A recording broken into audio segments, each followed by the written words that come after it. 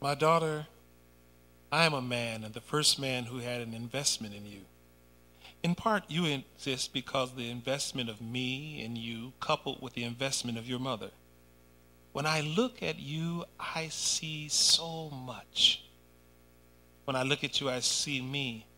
And it may appear that I'm a little overprotective, but please understand, I do not merely see a baby girl. I see my baby girl. I see a beautiful creation in the image of God.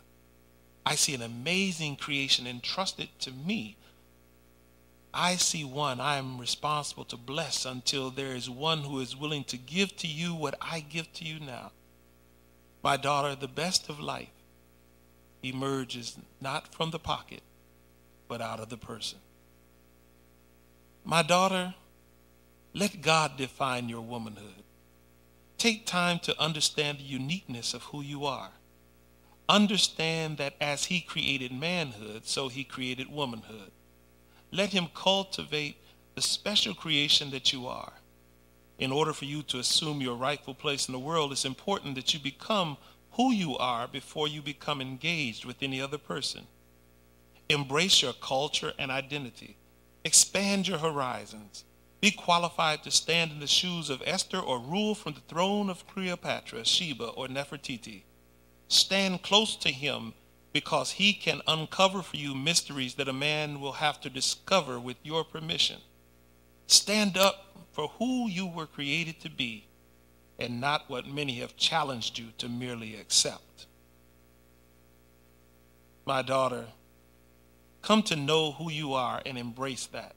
Celebrate your beauty. Look in the mirror and see not only what is on you, but what is in you.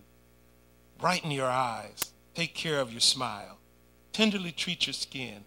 Strengthen your stand and build your arms. Treat your hair as a crown. Pamper yourself. Tell yourself how really fine you are. Make your jeans glad that you wore them because of how you walk.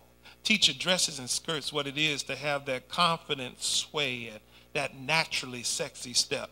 Embrace your femininity without exploiting the mysteries of your womanhood. Do not put on common display that which is to be reserved only for committed and covenant relationship.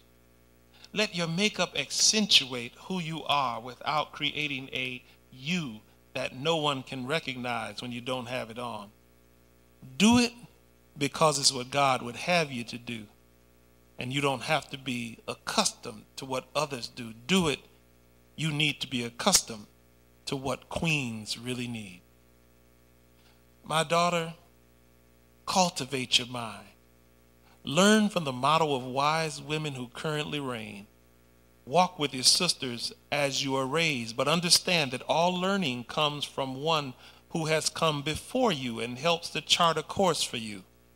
Do not let the friendship of your friends cause you to lose the modeling of your mother. They will agree with you and assure you that what you feel is often correct. There's nothing wrong with that, but she will help you understand real womanhood.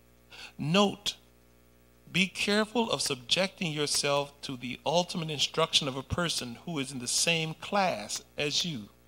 Remember that there is a big difference between the smartest person in the class and being the professor. My daughter, do not leave your father to pursue your boyfriend. A man who would truly have you will come to your father and seek you. He must understand that he is looking to assume that man's role that your father has, and he must face your father that he might be able to pass the ultimate test. You'll have different boyfriends, and it's unwise for you to entrust to one whom you've known for so little what is taking your father the first of your lifetime to build. If two fathers cannot go with you in any relationship, then that relationship is not worthy of you. As the Father would not even release Eve to Adam without condition, so you should not look to break away from your heavenly Father or paternal Father without condition.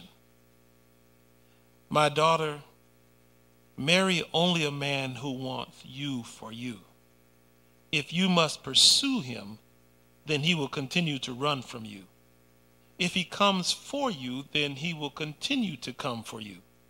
Show yourself a lady and at all times, and never look to be what you are not. You are a woman. You are a lady. You will need a man who desires to bless you and make you his priority. Listen to how he talks about his mother. Observe how he engages his parents. Before you say I do, make sure that that man is made and not just male composition. Just as cake is merely flour, butter, milk, and eggs in the raw, you will need more than ingredients. You will need more than male. You will need man. If you have the choice between a man who will love you and one who will provide for you, choose the one who will love you. Why? Because the man who loves you will always seek the best of provision for you, but the man who only provides for you may never really choose to love you. You'll be his wife. Make sure that he is the one that you will want to give to and that you can trust with your offerings. Let him love you, lead you without controlling you, share with you, succeed and fail with you. Never put anything or anyone in front of your marriage, and never leave him to himself. His best choices are made with you. His worst are made without you. Remember, it's not good for a man to be alone. My daughter, when you have children, raise them as a mother. You are equipped with a heart to love them, the spirit to understand them, the breast to nurse them, the hips to ride them, and the words to communicate as no other person can. You are the ultimate field and giver. They will love you as they love no other person, but always live on the plane of motherhood. You will give as no other can, and they will teach you as no one else. Be careful who you trust with your child. Be careful who you parent with. Your child will be 50% of who you are and 50% of who the other person is, so make sure that you choose wisely. Feed them what they need more than what they want. Do not fear their tears or cries, but be prepared to comfort and dry them.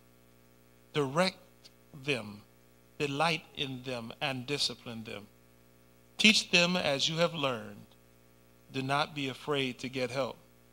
Motherhood is an honor, and they will honor you for being a good mother.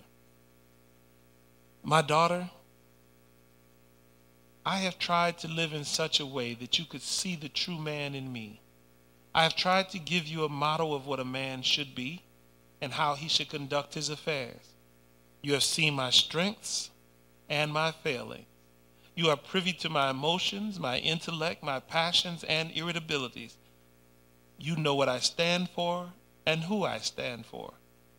I have tried to honor your mother in a manner that lets you know that you should start no lower than where I am with her. I am the man who knows you. I am the one who knows manhood better than anyone else. My daughter, do not take that lightly, and do not walk away from me because I am your father, because much of what is in you is what has come from me. You are so much a part of me, my daughter.